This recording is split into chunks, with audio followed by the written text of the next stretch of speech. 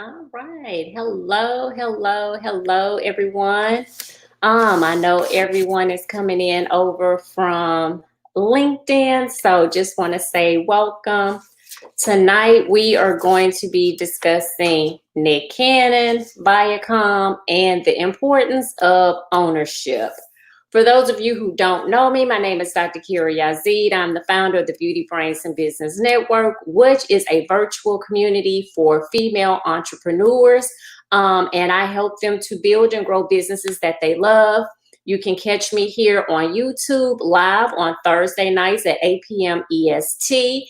And you can also catch me on Apple Podcasts and Spotify for my podcast, Beauty, Brains, and Business, which airs weekly on Wednesdays. And there I usually have special guests that I bring in. And we're just giving different tips and information that can help female entrepreneurs to, again, build and grow their businesses. So if you are not subscribed to my channel, I'm going to need you to click that button down below. Make sure you subscribe. If you like the live, please give it a thumbs up. So we're going to go ahead and get started with tonight's live. So as you know, or may not know, this week, Viacom parted ways with Nick Cannon, right? And so this had been a 20-year relationship. That's a long time. That's kind of like a marriage if you think about it. So they went their separate way, and they stated that the reason that they were cutting ties with Nick Cannon, letting him go, firing him basically, was because of some comments that he made on one of his YouTube shows that they felt were anti-Semitic. So I'm not going to get into exactly what Nick said and if it was anti-Semitic or not, because that's not my lane, and I am very, very, I like to stay in my own lane. So my lane is definitely business. But go and check it out. It was an interview that he did with Dr. Griff. Dr. Griff was actually a former member of Public Enemy, and he actually was let go from the group in 1989 because of remarks that he made that the group felt were anti-Semitic. So again, I haven't watched the interview that he did. I do plan to go back and watch it. I have watched some of Nick's other interviews that he's done on his YouTube show. I thought they were interesting. I thought some of them were informative, but I did not see that one. So I can't speak to if it was anti-Semitic or not. But again, hey, they let him go after 20 years. So this is where the problem comes in. Not so much that they fired Nick, but it's the show. So Nick actually created, and he was the host of Wild 'N Out. And he created Wild 'N Out in 2004. And it first aired on MTV in July of 2005. The brand Wild 'N Out, the show, the brand has made Viacom over $1 billion. So it is $1 billion brand. So Nick is really upset about this departure, and I don't blame him. It's $1 billion brand. He created it. Well, this is kind of where Nick did not cover his behind. He didn't CYA. So I did some research today because Nick is demanding ownership. So he wants ownership of Wild 'N Out. So I was like, well, why is Nick demanding ownership of Wild 'N Out? Doesn't he own Wild 'N Out? What's the problem? Well, the problem is Nick doesn't own Wild 'N Out. So yes, he did create the show, and he created it in 2004, give or take, first aired in 2005. Well, in my research, what I discovered when I went to the United States Patent and Trademark Office was that Viacom actually filed a trademark for MTV Wild 'N Out in October of 2004. So this was before the show even aired. So in October 2004, Viacom filed a trademark for it. The trademark was abandoned in March of 2007. So once the trademark is abandoned, it becomes dead. So it's no longer live. And that means other people can come in and they can apply for the trademark. And if it gets approved, it becomes their trademark. Well, there was a company that applied for a trademark, but I think that company also abandoned it as well. So basically, no one did anything after March 2007. So Viacom did trademark. It was MTV Wild 'N Out, and they did it in October of 2004. So again, this was before the show even aired on MTV.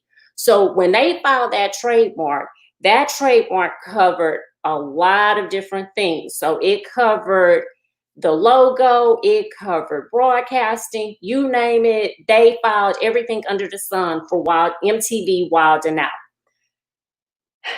They also did a logo. So they did just the logo in 2006, but they canceled that trademark in 2018. And so all of this is very important. So I'm not sure if Nick didn't realize that trademarks had been done for the show even before the show aired. Not sure what happened to where he's now demanding ownership. But this is where it gets real interesting. And it kind of gives you some insight into why Nick may have been let go. And this might not have anything to do with the comments that he made. Those comments may just be something that they're using to help get him out, which it kind of looks like they were planning to cut ties with Nick probably anyway.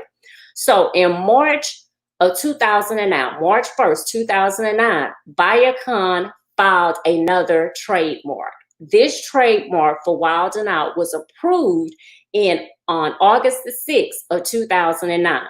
This trademark was for entertainment services, comedy, programming through cable TV, video, internet, video on demand, anything related to entertainment.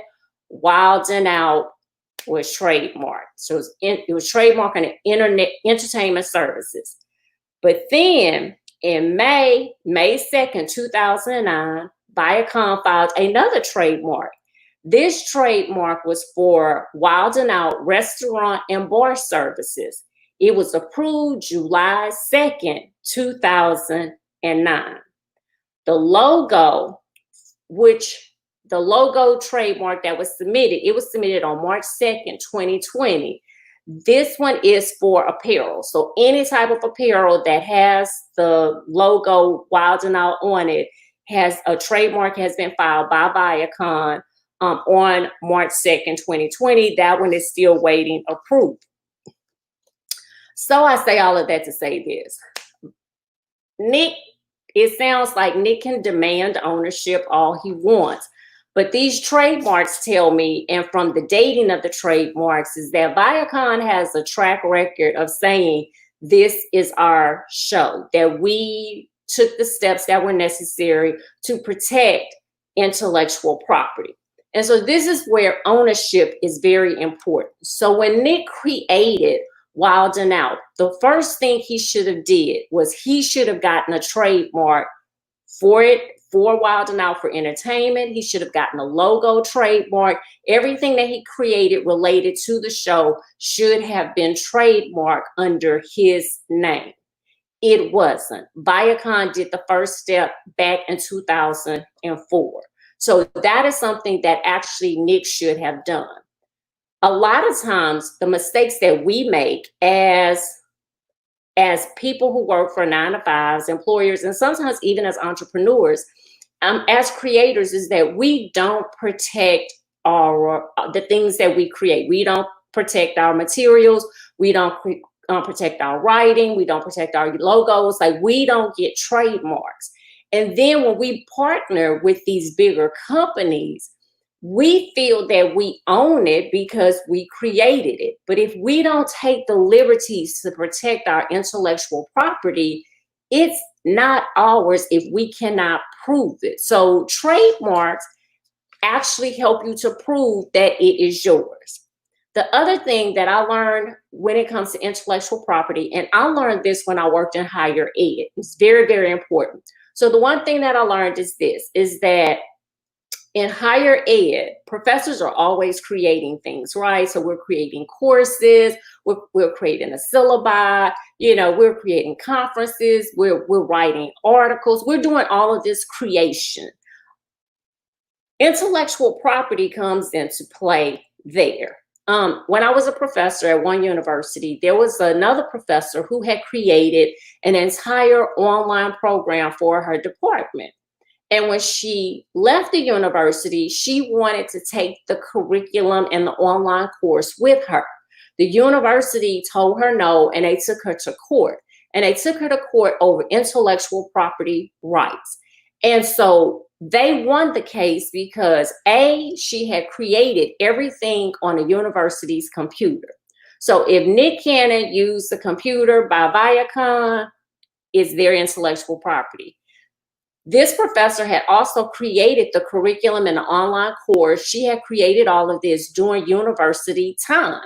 So again, it becomes the property of the university. It becomes the property of the company that you are working for.